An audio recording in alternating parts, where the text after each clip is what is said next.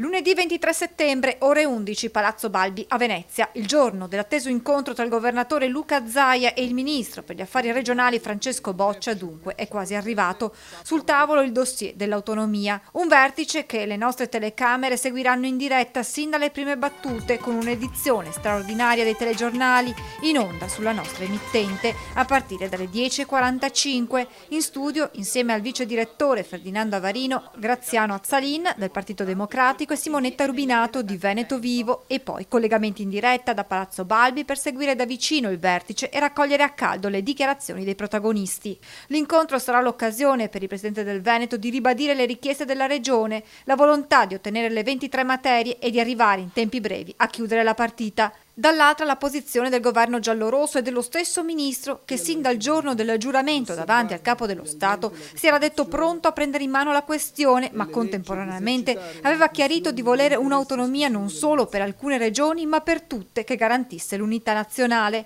Lunedì il ministro vedrà prima Zaia, che consegnerà nelle mani di Boccia la bozza sull'autonomia, poi la commissione trattante. Una giornata importante che potrebbe segnare una svolta decisiva e che le nostre telecamere seguiranno in diretta.